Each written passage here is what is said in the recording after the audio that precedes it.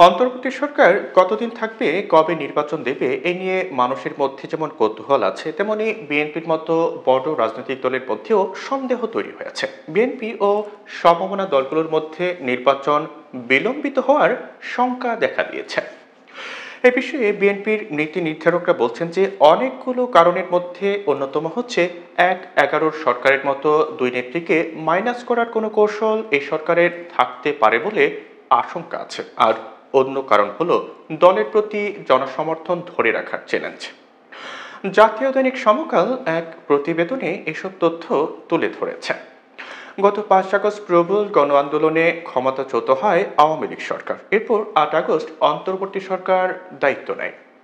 অন্তর্বর্তী সরকার ৬টি খাতে সংস্কারের ঘোষণা দেয়, যাতে স্বৈরশাসনের পুনরাবৃত্তি রোধ করা যায় এবং সুষ্ঠু নির্বাচন নিশ্চিত হয়। গণমাধ্যম সহ আরও কয়েকটি খাতে সংস্কারের জন্য কয়েকদিন আগে আরও ৬টি কমিশন গঠন করা হয়েছে।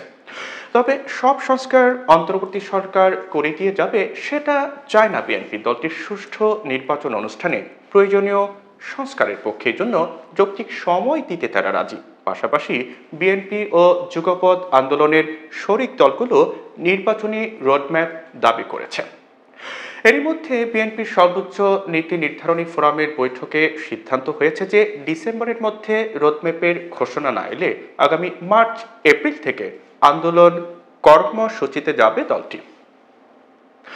নির্বাচন ও সংস্কার ইস্যুতে বিএনপির এমন মনোভাব প্রকাশের মধ্যে গত রবিবার অন্তর্বর্তী সরকারের ১০০ দিন পূর্তি উপলক্ষে জাতির উদ্দেশ্যে ভাষণে প্রধান উপদেষ্টা বলেছেন, নির্বাচনী সংস্কারের সিদ্ধান্ত হয়ে গেলে খুব দ্রুত নির্বাচনের রোডম্যাপও পাওয়া যাবে।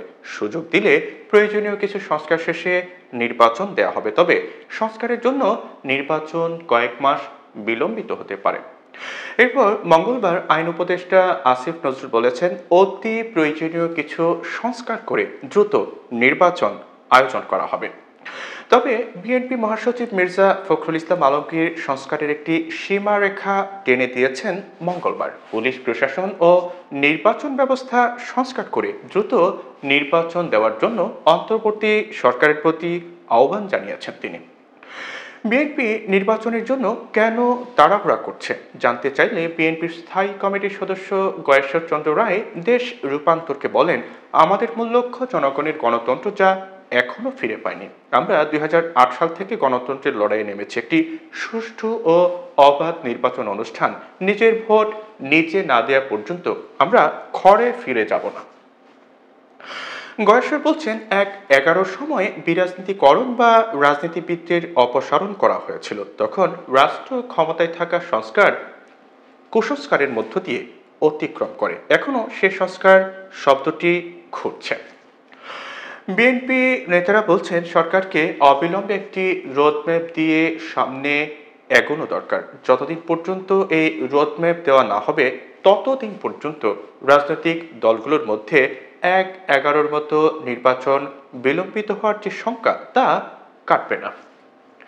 তারা বলছেন, একটি অবাধ সুষ্ঠু নির্বাচন অনুষ্ঠানে বিএনপি সহ রাজনৈতিক দলগুলো অন্তর্বর্তী সরকারকে সহযোগিতা করে যাচ্ছে এবং এই সহযোগিতা যৌক্তিক সময় পর্যন্ত অব্যাহত থাকবে।